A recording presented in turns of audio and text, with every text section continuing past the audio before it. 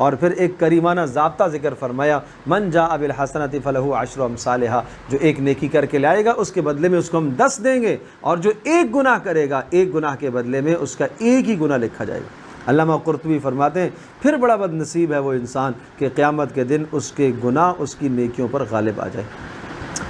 اللہ اکبر، کتنا کریمانہ اصول ہے۔ ایک آدمی کو آپ نے ملازم رکھا ہے اور آپ نے اس کو مزدوری دہاڑی پر رکھا ہے، اور آپ نے یہ کہا کہ یہاں سے ایک بلاک منتقل کرو باہر اٹھا کے، اور ہر بلاک اٹھانے پر آپ کو 1 روپیہ دیا جائے گا، اور ایک آدمی کو آپ نے کہا کہ ہر بلاک اٹھانے پر آپ کو 10 روپے دیے جائیں گے۔